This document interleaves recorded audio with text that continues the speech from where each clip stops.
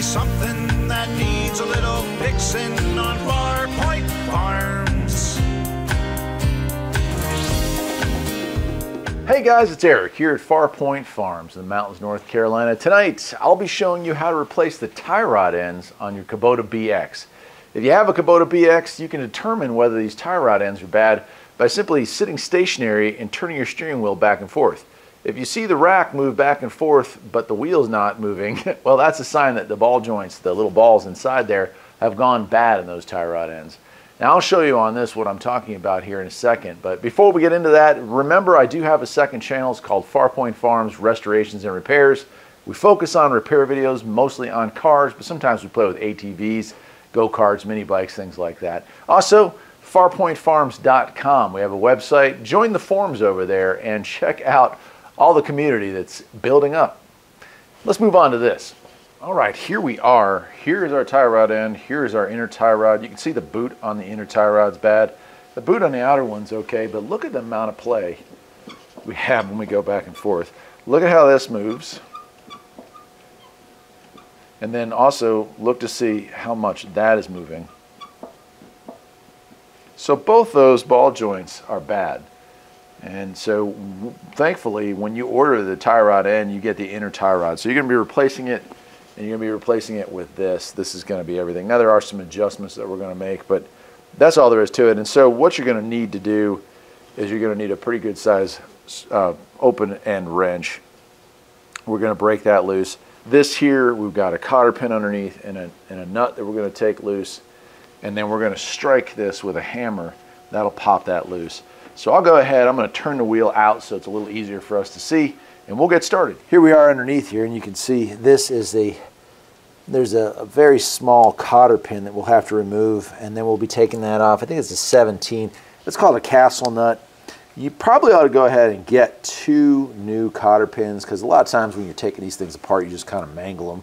But if you have to, you can usually use a hammer and beat that back straight. So I'm going to go ahead and remove that now. And there it is. Just take that out of there and check this out. Finger tight. That's scary.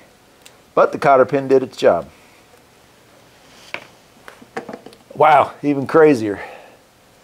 A lot of times that requires a lot of beating to get that. If yours won't come out, you want to strike that surface with a hammer. All right, well, this job's not going to take very long. We do have to get this off, and this is a little trickier because the inner shaft moves. We don't want to use anything to really hold that because we might damage the seal if we grab onto that. So it's going to be a little difficult to get that loose, but I think we'll be able to get it. What I'm going to try to do here, and you can see now that it's loose, you can see the play there, and of course this had a ton of play here. So really interesting stuff here. All right, now that we've got this loose, it's time to break this loose. And what I'm going to do is it's 1 1/16". I'm going to give it a good tug here. There we go.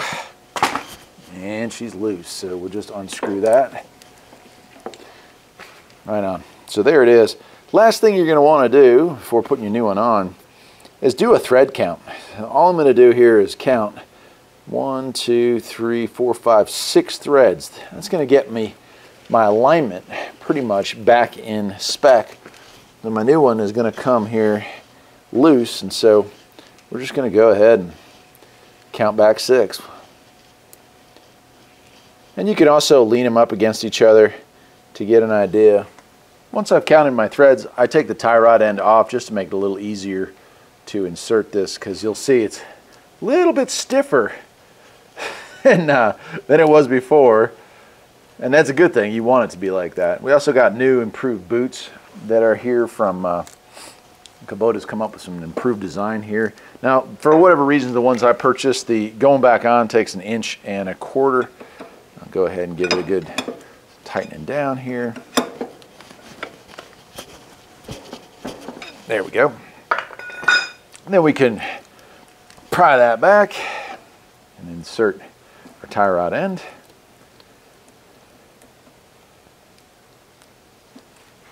And we lower that and flip it around and slide it back into its home. There we go. Yeah, that looks like maybe, there we go. And that's all there is to that. Now, this kit that I got did not come with a new castle nut. Yours might not either, so make sure not to lose the one you have, because you'll need to reinstall that castle nut there. I'm going to go ahead and reinstall that. Then we'll tighten this and this down. Sometimes with the castle nut, the ball joint here is going to start rotating with it. Looks like in this one's not going to. But you want that to be pretty snug without going crazy. All right, and then we will tighten that up. I believe that's a 19.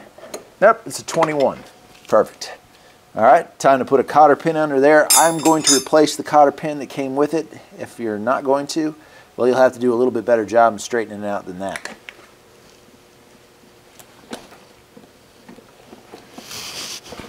There we go. Got our cotter pin in place. That was a little bit weird, but it'll work.